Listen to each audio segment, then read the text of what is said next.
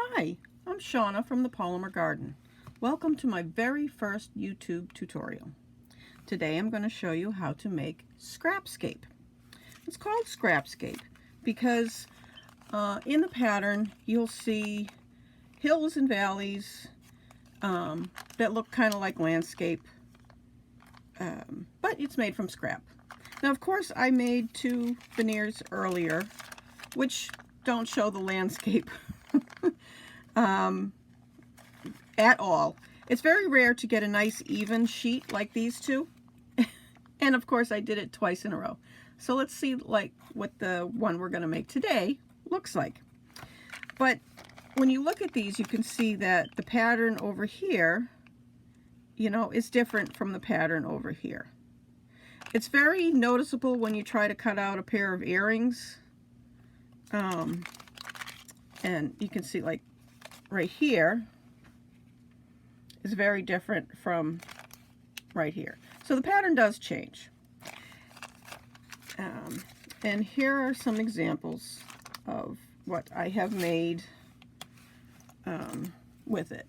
Now this is just a strip off of the Scrapscape, which then I swirled up. This is just, you know, cut out from the veneer. I like these a lot. But as you can see, the pattern is not exact on each earring, but it's close enough to make a nice pair of earrings. Same with this.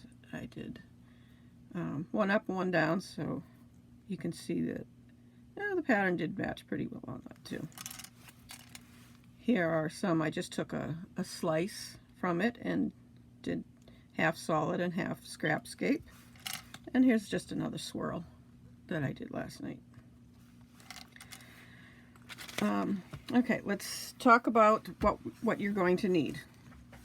You're going to need a blade, stiff preferably, because you're going to be cutting a sheet, so it's easier to have a stiff blade than a flexible one. You're going to need a roller and a pasta machine, or something so you can roll out a nice even sheet. Something to mark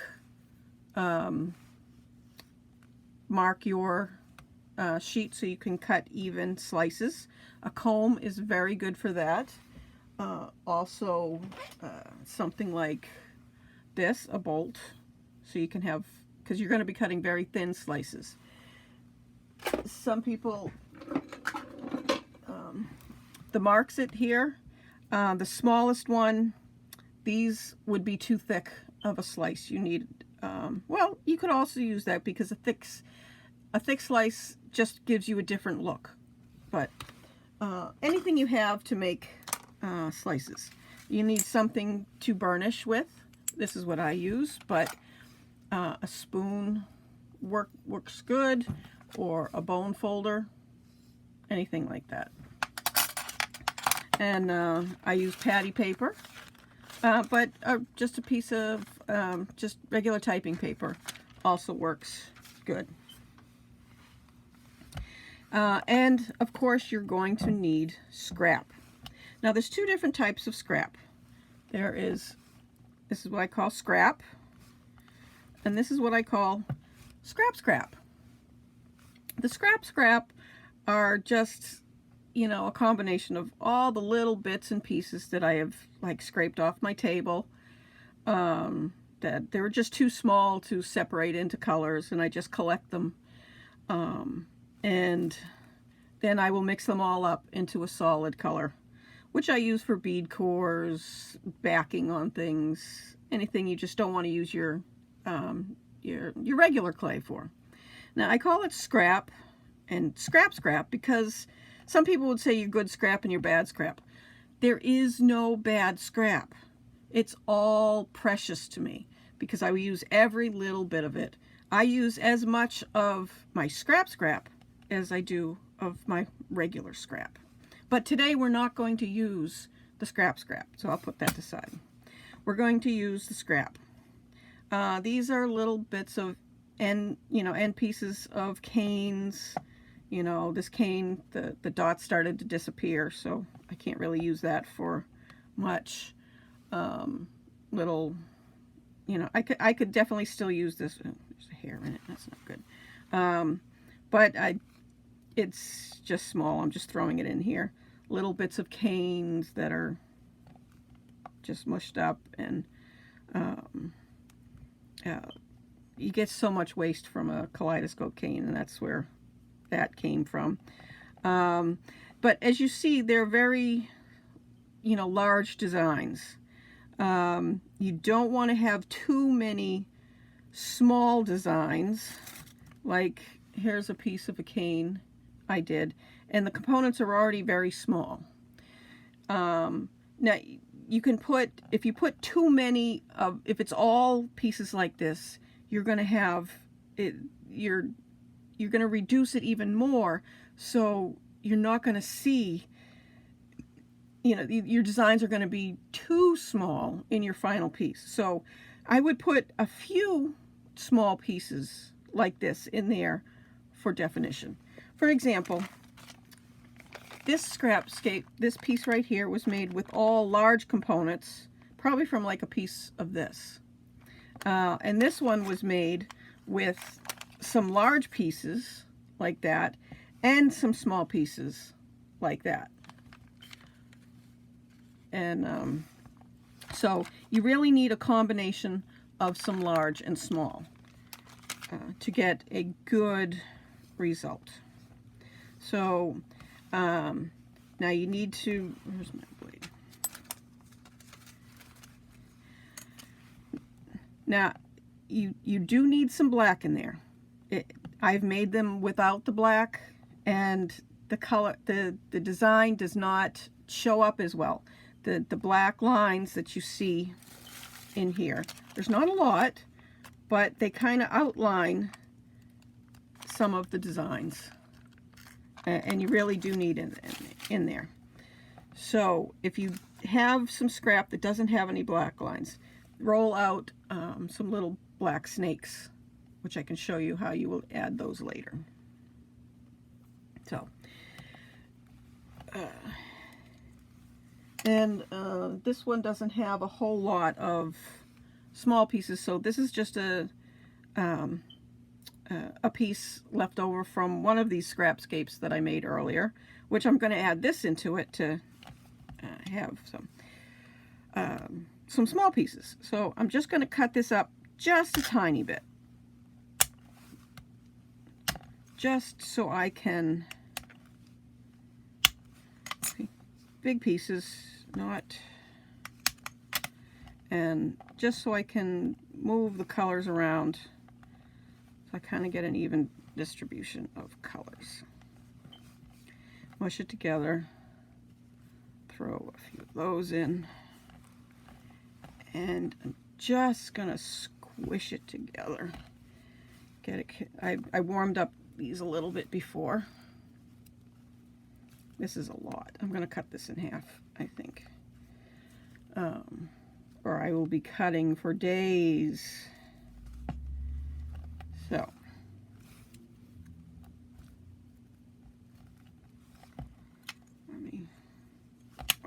let's see how it looks first. Okay, you want to mush it together so you don't have any air bubbles in there. Get it all nice and warm.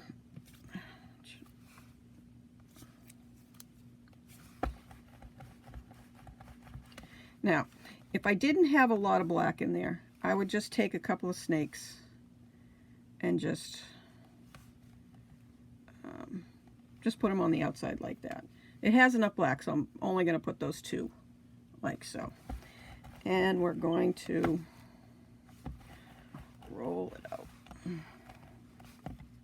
And I am going to, this is definitely too much. Okay. And now we're going to start to twist it. Your goal is to have a nice striped log. And easiest way to do that is hold one side here while you roll the other side.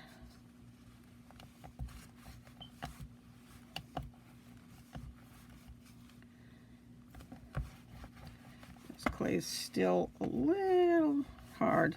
I do use Kato, by the way. I use Primo for many other things, but I use Kato most of the time, so most of my scrap is Kato.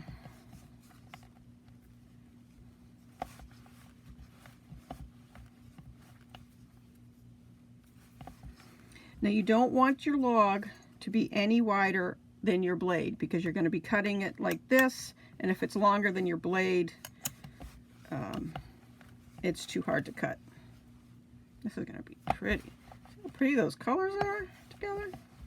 Okay, that looks good. Now this one I cut, it was a very narrow log, which made a very long one, because I want to cut long strips and swirl it with this one. This one was a wider one, probably about this wide. So this one took a lot longer to make because I had to cut lots of, strips on it. This one didn't take as long because I had to cut not as many, but this is a bigger sheet than that. Okay, now I'm going to take my roller.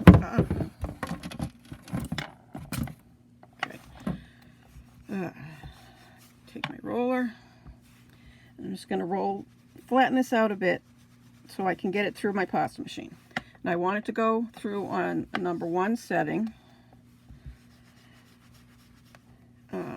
or the thickest setting you have. I have a Dream machine, so it will, it might be a little thicker than your thickest setting.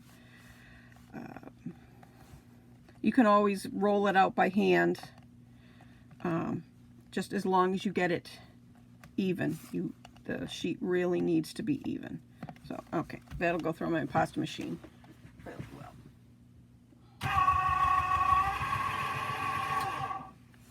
And this is the sheet we get. So,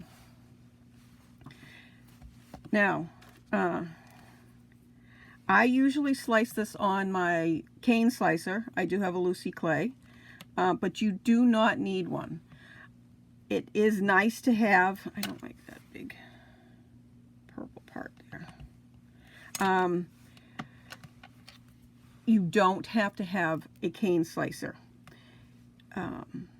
Now, I'm going to use this comb, and I'm just going to make marks along that side, and I'm going to make marks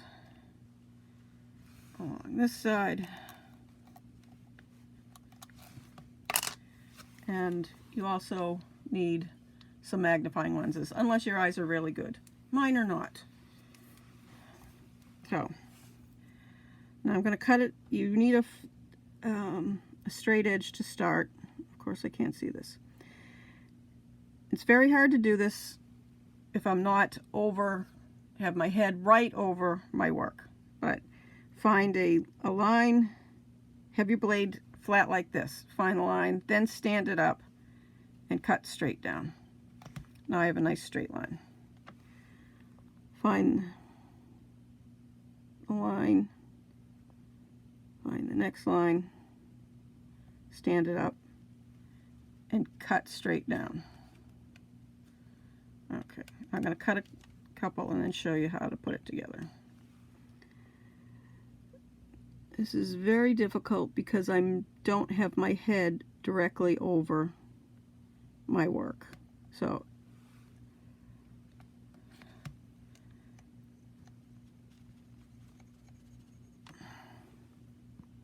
yeah, I have no idea if I'm finding because my head keeps hitting the camera now, so you probably have it shaking. Yeah. But the goal is to cut as even slices as you can. Now, the thicker you slice them, the faster your pattern is going to change. The thinner you slice them, the pattern will change slower. So, take your first slice and get it straight with the blade. Kind of push it down on your thing. Now, see, that is going in the same direction. So when you slice it off, you roll one way this way. Let me try that again. Okay, they're all standing up straight like this. You roll the first one towards you and put it down. And this one came off the same way, going this way, and you roll the second one away from you like that, and then you match up your patterns. Ooh, this is going to be a really pretty sheet. So you take the next one and roll it towards you, match up the patterns. You can stretch it or push it together to try to, you just have to match up all those patterns. And then the next one. And after a while you can tell which direction they need to be turned, because you can see the pattern. Like if I had it this way, you can see that pattern, no matter how I try to line it up, it's not going to match. So roll it the other way and you match up the patterns. Now some people are going to say, oh, like a Natasha bead. No, it's not like a Natasha bead. Might start off like a Natasha bead, but a Natasha bead has 4 sides. This is a veneer, so it's not like a Natasha bead. Okay, now I'm going to slice all these up, because it'd be pretty boring to watch me slice them. And I'll be back with them all sliced, and I'll show you how it all goes together. And I'm back. I've cut up a whole bunch of things on my Lucy clay slicer, the big one. And I used 1 revolution on the knob to get this, and you can see how thin that is. I think it's about 1.5 millimeters is the 1 revolution, maybe 1 millimeter. I don't know, I'll have to measure it. But and you just keep going like so, and as I go you will see the pattern will change. I could see it as I was cutting it. Now some people will take this and match it up like that, which is sometimes easier to do. Yeah, but no, see, I didn't match it up there and there, so try that again. Oh, I didn't have my magnifying lenses on. Ah, that's so much easier to see now. You can stretch it to get it to match up, and then you can push it back to get it to line up.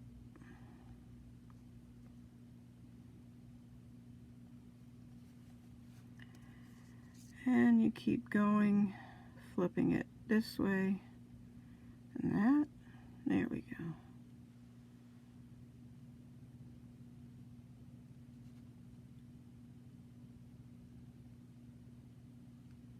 Once you get the hang of it, it goes pretty fast.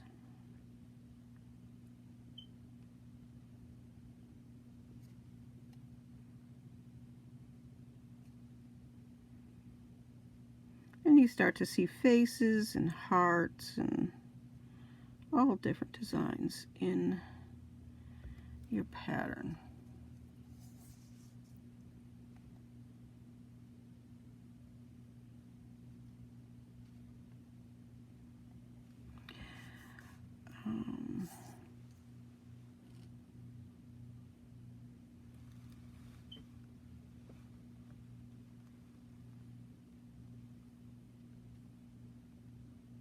Like so. That's going to be a really pretty one. I do a few more and then I will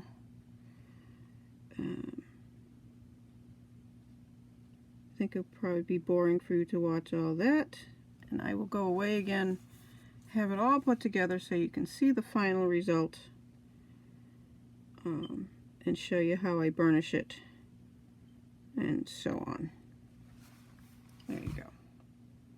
Okay, I will be back after it's all put. Here I am again, and I have completed the whole sheet. I haven't burnished it yet, but this one does have more of the, you know, the hills and valleys. You can see the pattern has gone, kind of goes down like that, and it does change a lot here, and it's a little more even down here, but I think it's a really pretty pattern. Now basically all you have to do is burnish it. I have the patty paper. You have a waxy side and a dull side.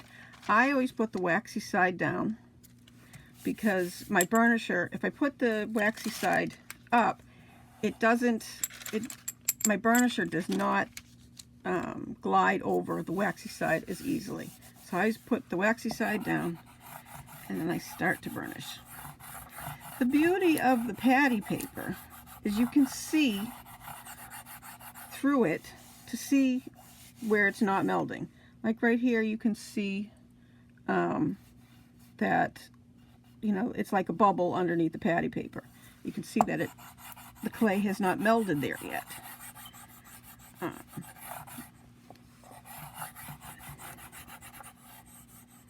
With regular typing paper you can't see that as well, even though it works just as well for burnishing.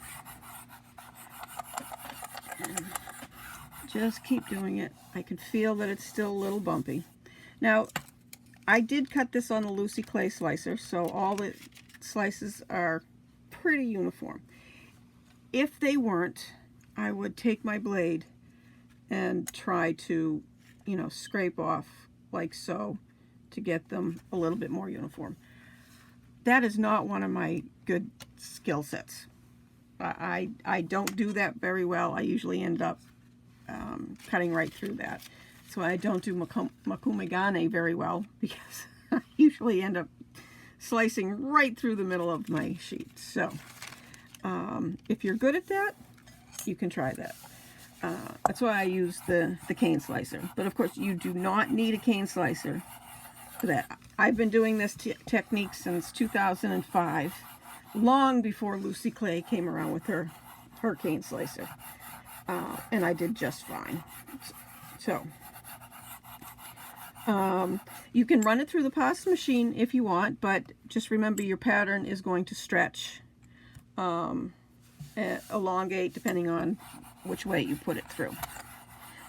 Another tip, if you're going to be cutting on a slicer and then putting it together, make sure you keep your slices in order.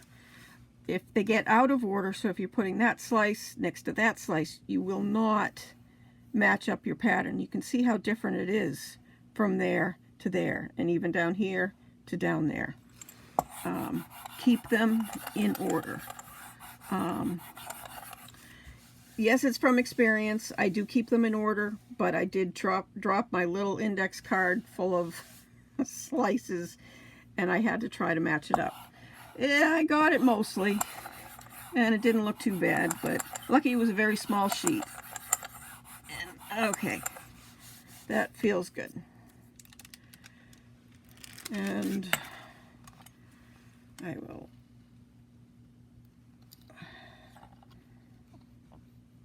don't like to saw it. I like to do it in one fell swoop, but this is on here good. If you have to saw, I ripped it. It's okay. Fix it. There we go. Put that down and mend just that spot.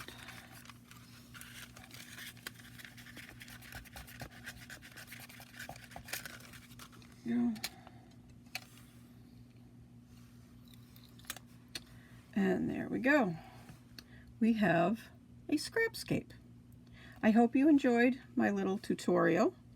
I'm hoping to make more and more soon. And thank you for watching.